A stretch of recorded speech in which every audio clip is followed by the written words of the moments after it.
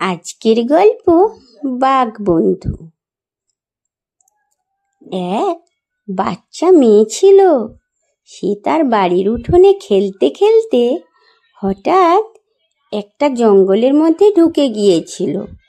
জঙ্গলের মধ্যে ঢুকে গিয়ে সে বড় কান্নাকাটি করছিল। আর সেই জঙ্গলের মধ্যে ছিল খুব হিংস্র প্রাণীরা। এমন সময় ওর কান্না শুনে একটা মা বাঘ ছুটে এসেছিল। মা বাঘ তাকে দেখে বলল, তুমি তো খুব বাচ্চা একটা মেয়ে, তোমার মায়ের কাছে থাকো না কেন? কিন্তু সে শুধু কাঁদতেই লাগলো। মা বাঘ তাকে তার সঙ্গে করে তার বাসায় নিয়ে গেল। তবুও সেখানে গিয়েও বাচ্চা মেয়েটি শুধুই কাঁদছিল।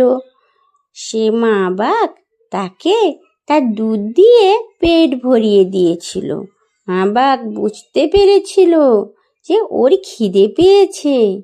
তারপর বাচ্চা মেয়েটি বাঘদের সঙ্গে থাকতে থাকতে তাদের ভালোবেসে ফেলেছিল আর তাদের বন্ধু মনে করতে লাগলো আর ভালোবেসে গান করতে লাগলো।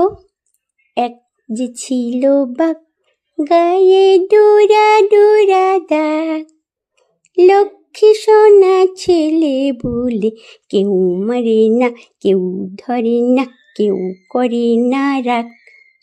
এক যে ছিল বাঘ, গায়ে ডোরা ডোরা দাগ, লক্ষ্মী সোনা ছেলে বলে কেউ মারে না, কেউ ধরে না, কেউ করে না রাগ।